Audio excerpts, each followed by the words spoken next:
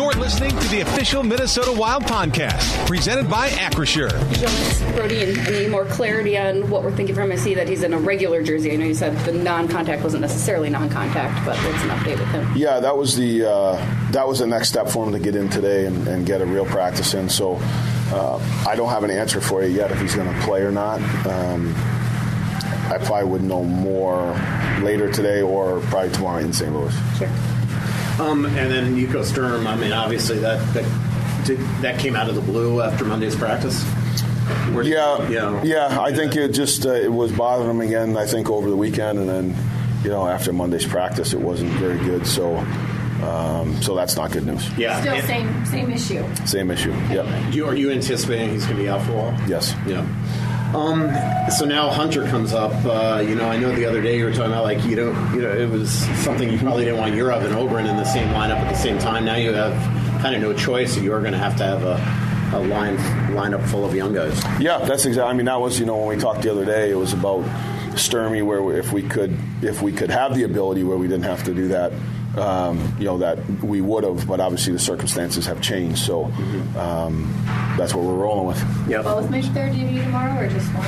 Who's that? Out of Hayden, I haven't decided finally, but Ogren will be in, so it's be Hayden or Urov. Do you think they'll get a heads up in time to try to get some? Yep, for sure. Yeah. And one of those two guys will be center on that line, you think?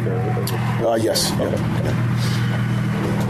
And then, if Brodeen's able to play, the way that, because he hasn't played a lot, I mean, would you like to keep Boyum with Spurgeon just because of the comfort level there? I would anticipate that if Broads is able to play, then probably start Zeev with Spurgey. I think they've been a good pair. I think they've worked well. I think Zeev's, continues to progress, I think, in his and show what he can do more and more, and also I think he's gained some.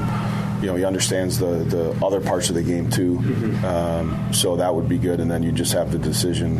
What you do with Middleton and Brodeen. Yeah, I remember talking to you in Michigan during the Olympic camp, and you were so excited about Nico and how you could deploy him in different situations, helping the penalty kill, using him in key draws late.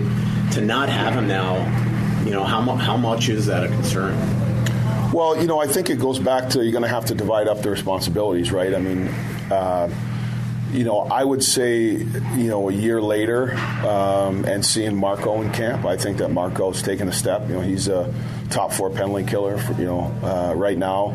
So I think that helps, ice time. Eki's obviously going to be in those situations. I think in key faceoffs, you're going to need a guy like Hartman to step up. Like, this is where, we got an injury, with one of our centermen, but we got 3 veteran centers.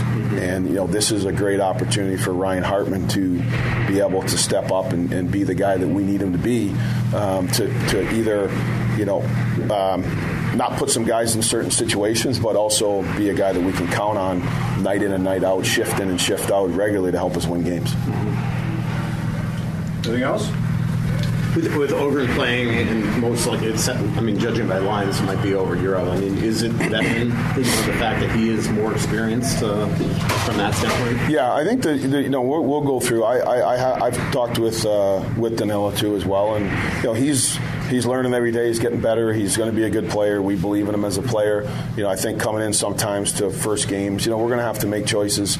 But I think when you have the possibility of some of the younger guys around, that there's other guys that Hunter's played in the American League. He's played in North America. He scored 20 goals last year.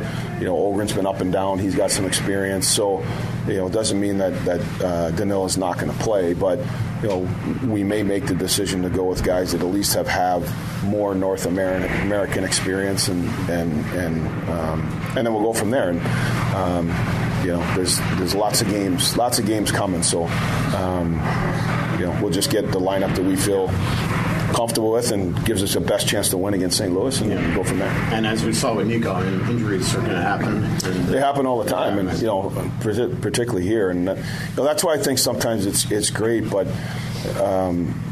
things change day to day, obviously, as we all know, whether it be injuries or whether it be decisions. And, I think the exciting thing about our team this year is, we have some younger players that are really good players, and they're bringing energy to our team, and they're growing, and, they're going to help our team. And so it's going to change the dynamic of sometimes who comes in, who comes out. There is competition in those areas. And, it could be, you could arguably say that in training camp that, some of those guys didn't take the jobs, but they're still pushing, and that's, I think, is refreshing and is going to make us a stronger team. Does Nico just have to get shut down, John? Like, is it just rest for him, or does he have to do anything, I guess, rehab-wise to help that along? I know he's going to be out for a while. I believe that he's getting ready to see doctors. Probably, I think it's either later today or tomorrow.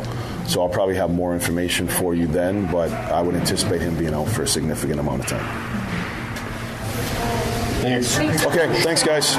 For an extraordinary advantage in sports, you need a game plan. For an extraordinary advantage everywhere else, all you need is Acrisure. With a high-tech human approach to insurance, cybersecurity, and more, Acrisure helps you take care of what you care about. That makes winning easy. See what Acrisure's extraordinary advantage can do for you at Acrisure.com.